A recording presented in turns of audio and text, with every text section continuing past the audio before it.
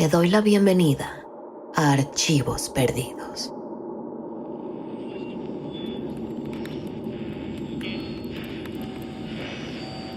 Recibí este mensaje de parte de Natasha de la Ciudad de México.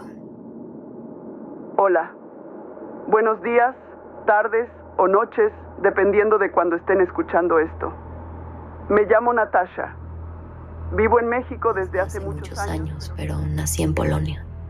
Nací en Cracovia, unos 2 años después de la Segunda Guerra Mundial. Entonces se imaginarán la edad que tengo. Mi infancia fue una época bastante oscura. Mi familia estaba claramente traumatizada por la masacre que significó la guerra. Y por mi familia me refiero nada más a mi mamá y a mi abuela. Mi padre había desaparecido poco después de que yo hubiera nacido. Aunque ya habían pasado años desde la ocupación alemana, la recuperación bajo el gobierno comunista fue lenta. Polonia no es un país particularmente conocido por ser cálido y relajado, pero la recuerdo en especial fría y gris cuando yo era una niña. Todos estaban haciendo lo más posible para sanar y reconstruir, pero no había mucho que hacer, la verdad. La comida era escasa. Solo comíamos carne o pescado una vez a la semana, y para eso teníamos que esperar en una larga línea para recibirlo. Vivíamos a las afueras de la ciudad. Mi mamá se levantaba cada mañana y, a pesar de la nieve o la lluvia, salía a buscar comida a diario. Cada noche mi abuela nos cocinaba esa comida, casi siempre en un potaje caliente. Ellas no le temían al frío. Tampoco le temían a pasar hambre y mucho menos le temían a la pobreza. Eran sobrevivientes y pasar un minuto con vida después de la guerra ya era un regalo divino. A lo que ellas le temían era un Volga negro. Los Volga eran coches soviéticos que eran usados por las altas élites del partido y la burocracia, la nomenclatura. Mientras que en el centro de las grandes ciudades eran comunes y corrientes, en las afueras, donde nosotros vivíamos, solamente podían significar una cosa: peligro. En mi escuela, los Volga negros eran la pesadilla de los demás niños. Si querían aterrorizar a alguien, le decían que iba a venir un Volga negro y se lo iba a llevar. ¿A dónde? A un oscuro sótano a torturarlo. A un tren que lo llevaría a Siberia. Nos imaginábamos a los hombres dentro de esos coches como vampiros, siempre de traje negro y lentes oscuros hasta de noche. Yo nunca me creí esos cuentos porque sabía la verdad. Un Volga negro era lo que se había llevado a mi papá. Verán, mi papá había sido un intelectual. Era profesor en la universidad. Él había sido un miembro del Partido Comunista durante la guerra, apoyando la resistencia contra los nazis. Cuando llegaron los soviéticos, volvió a dar clases en la universidad, pero se volvió muy crítico de la represión y muchas de las políticas que estaban implementando. En ese momento, con una paz tan frágil y con el espectro del nazismo tan cerca, cualquier desacuerdo era visto como una amenaza. Mi padre se volvió una persona incómoda para el régimen. Un día, un Volga negro apareció cerca de mi casa. Mi padre no regresó. Nunca lo hizo.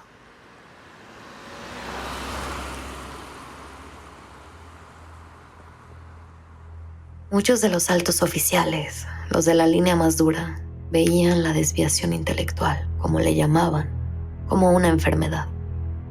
Algo que podía transmitirse. Mi mamá y mi abuela sabían que en algún momento un Volga negro regresaría por ella. O peor, por mí. Y un día, así fue. Las y los polacos y muchos de Europa del Este que crecimos durante esos años, en ese ambiente tan duro y rígido, crecimos demasiado rápido. Adquieres muchas responsabilidades desde muy pequeña. La mía era conseguir agua. Todas las noches caminaba al bosque con unos amigos por un camino de tierra. Llevábamos cubetas y las rellenábamos en el río. Una tarde que se nos había acabado el agua durante el día, decidí ir sola a buscar más. La luz ya se estaba yendo del cielo para ese entonces. Los bosques de Polonia son muy intimidantes, con árboles altos y delgados que aún a pleno rayo del sol no dejan ver nada. Muchas cosas horribles han pasado en esos bosques. Alcancé la orilla del río y me quité los zapatos. Me puse a rellenar las cubetas y entonces escuché algo, el chirrido de unos frenos.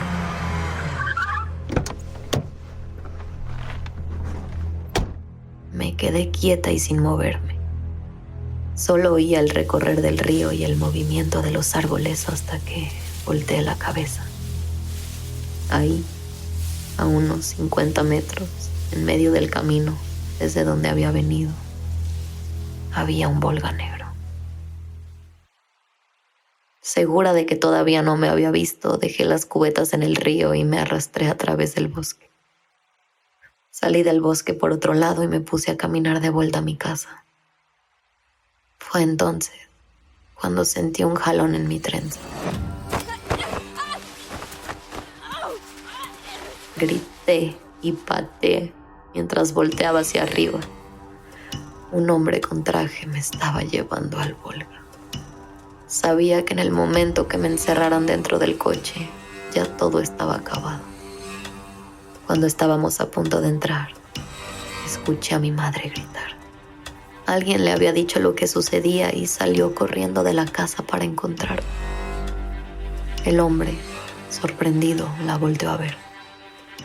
Aprovechando la distracción, tomé su mano y le mordí el dedo pequeño. Mientras gritaba de dolor, yo hundía más y más mis dientes hasta sentir cómo fluía su sangre por mi boca. Finalmente me soltó y corrí hacia mi madre. Entre las dos volvimos a mi casa, donde mi abuela ya nos esperaba dentro del coche.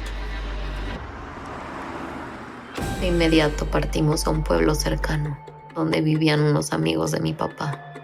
Ellos iban a ayudarme a cruzar hacia Alemania del Este. Mi abuela y mi mamá iban a ir con unos familiares en Varsovia, desde donde iban a esperar noticias de mí para encontrarme. Al día siguiente, viajé hacia Alemania del Este, desde donde crucé a Europa Occidental en la cajuela de un auto. Un año después, estaba llegando a México. Por más que intenté contactarlas, nunca volví a escuchar de mi mamá y mi abuela.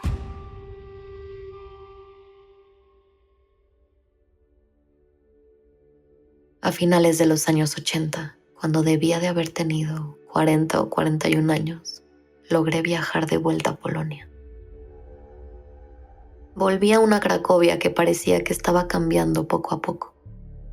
Volví a un país que se sentía más brillante, más seguro, más esperanzado. Me tensaba cada que veía volgas negros en las calles, pero me relajaba cuando veía a familias enteras dentro. Seguro habían comprado ese coche usado años atrás. Una noche antes de irme, fui a un bar cerca de mi hotel. Alumbrado por luz neón y casi vacío, me senté en la barra a tomar y ver todas las fotos que había tomado.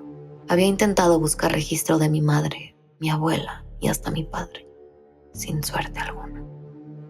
Aún así, me alegraba ver a mi país mejor de lo que lo había dejado. A un lado de mí se sentó un señor grande, probablemente de más de 70 años. Nos pusimos a platicar del pasado. Me contó de todo lo que había estado pasando en los últimos años con la lenta apertura del país, y luego me contó de cuando era joven. Gran parte de la guerra la había pasado como doctor en el ejército soviético. Al terminar, fue asignado a un hospital en el centro de Cracovia. Decidí entonces platicarle de mi infancia, de la razón por la que había huido, de mi familia y en especial del Volga negro. Se puso pálido. No dijo nada por un minuto hasta que le insistí. En los años 50, cuando empezaron los trasplantes de riñón, en Polonia no había manera de conseguirlos legalmente. Se formó un mercado negro en el que solo participaban los altos burócratas del partido. Si alguien necesitaba un riñón, lo más fácil era ir a las partes pobres de las afueras de las ciudades y encontrar a alguien. En el hospital en el que él trabajaba, Llegaba casi cada semana un Volga negro con alguien inconsciente, dormido por el cloroformo. De ahí iban al quirófano. El señor no sabía qué hacían con la persona después, pero lo que sí, casi siempre el riñón iba a parar a un familiar del burócrata que pagaba cantidades exorbitantes por la operación. El señor, con lágrimas en los ojos, me pidió perdón. Sin despedirme, me dirigí a mi hotel. Me convencí que probablemente eso es lo que me hubiera pasado a mí.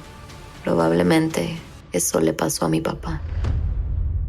Nunca he podido volver a Polonia desde eso. Si has experimentado una historia paranormal, de ovnis o simplemente aterradora, por favor envía una nota de voz a archivosperdidos@genuinamedia.com.